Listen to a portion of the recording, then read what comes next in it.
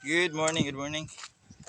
So, ikaduha nga ikaduha nga benepisyo nga atong makuha kung mag-active ta sa atibok nga adlaw or maghatag ta og higayon nga maka-ehersisyo ta.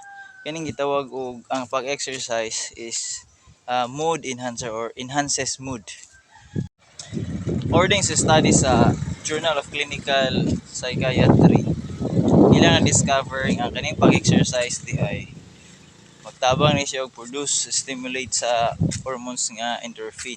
Kaning nga chemical tawag ni siya og ay produce sa atong lawas nga kaning endorphin tawag ni siya feeling good. Maka-enhance siya sa ato ang pagbati. Panahon nga mag-exercise ta pag once nga mo-release ang chemical nga endorphin maka-enhance siya sa atong mood. Mo na nga once nga mag-exercise bitaw ka magpasingot ka. Natay gitawag og feeling good.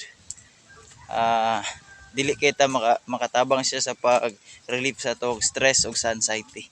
So, mura din na siyang sekreto dai mo na nga pagbaklay-baklay nimo pag-exercise na bisan unsa nga mga klase sa sports, ma-badminton man, ma-volleyball, ma-basketball. So, kana ra day ang mga pamaagi. So, kung magaingon, be healthy, it's a wise choice.